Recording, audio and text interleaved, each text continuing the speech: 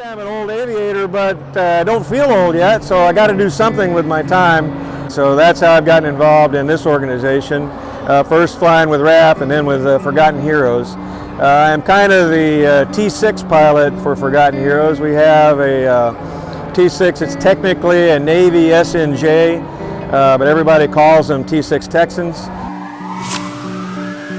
Hi, I'm Paul Miles. I'm a Navy call sign kid. That happened about 45 years ago, and I'm living with it to this day, although a little hard to understand why they call me kid at my age. At any rate, I started flying back in 1972, which was a long time ago. I was in college. I had visions of joining the Air Force, but the end of the Vietnam War, they weren't hiring, and I decided to start just flying light planes on my own. I joined the Georgia Tech Flying Club, checked out in Cessnas, learned to fly. But before I graduated from college, aviation is a cyclic business, so suddenly they needed guys, and a Navy recruiter showed up on campus and said, "Want to take a ride in a T-34?" And I said, "Sure." He turned me upside down a couple of times, and I said, "Where do I sign?" Ended up joining the Navy out of college.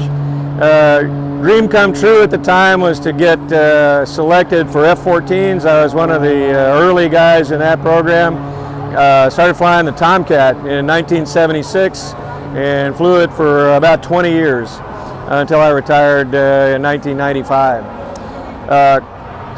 Still relatively young at that age, so you got to find another line of work. So I got out and went with the airlines, ended up flying airlines for 22 years, just retired from Southwest Airlines 2 years ago.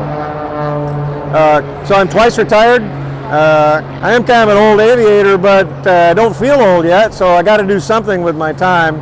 I met this guy, Raf Collado, who had a collection of airplanes and apparently likes naval aviators, and allowed me to fly his airplanes. And so that's how I've gotten involved in this organization. First flying with RAF and then with Forgotten Heroes.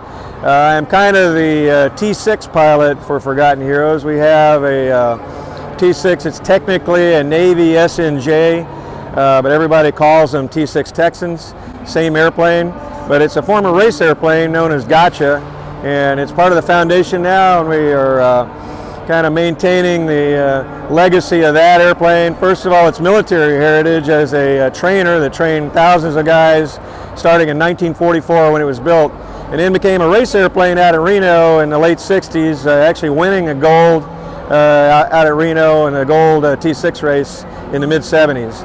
And we got it all painted up pretty. We take it to shows like this and remind people of the way things used to be, and keeping that little spark of aviation alive with the Forgotten Heroes Foundation. The Citation, which is the little jet that we flew together, and then the T6, they almost couldn't be more different. One is a tricycle gear airplane, it's a jet. The other one is a World War II vintage tail dragger, which handles completely different, especially during takeoff and landing. You can operate different kinds of machinery. There's people who drive cars and drive motorcycles, and the rules are the same for both vehicles. You got to stay on the right side of the road and don't hit anybody, but the operation and the procedure are completely different for them. So what you really have to do is you have to put on your jet hat when you're in the jet, and then you have to take that hat off and put on your T6 hat when you're a T6, and just kind of focus on what you're doing and put all that other stuff aside. Certainly there's people who are better able to do that than other people. I guess I'm lucky in that I am able to ignore things. My wife will verify that. And so in aviation we call that staying compartmentalized in your box and not letting other distractions bother you. So I think that's the secret to flying such opposite things. Is today I'm a T6 pilot, tomorrow I'm a jet pilot, and don't let them get mixed up. But there's other equivalents to that. Like I say, automobile, motorcycle is a great example of the same sort of thing. If you try to drive a bike like a car, you're in trouble. There is a shortage of pilots. The major airlines are already feeling the need for a pilot, and of course there's also the regional airlines, the guys who fly the smaller airplanes that connect you to your to your big airline ticket. They are in desperate need of pilots, and are certainly willing to pay those guys. And so I think with the economy being strong at the moment and the number of retirements that there are in the major airline world, there is a strong, good prospects for pilots to get into the airline world for now and for a long way off into the future. Now, how do you get there? Of course, the classic way was to join the military and stay in the military for something 6 to 10 years, and then get out and go to the airlines. And that's still a vehicle. That's the way to kind of get your flight training and your jet time for free, if you will. The government would pay you for it. It's still hard to get in the military. They're much smaller than they used to be, so the actual numbers there are not great. The airlines are going to need people from other avenues.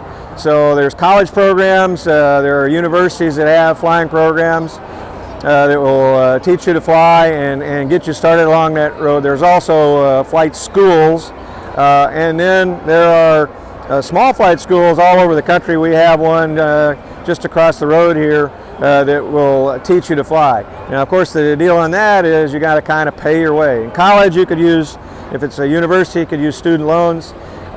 With the other classic flight school, you're going to need GI Bill, or you're going to have to pay your way.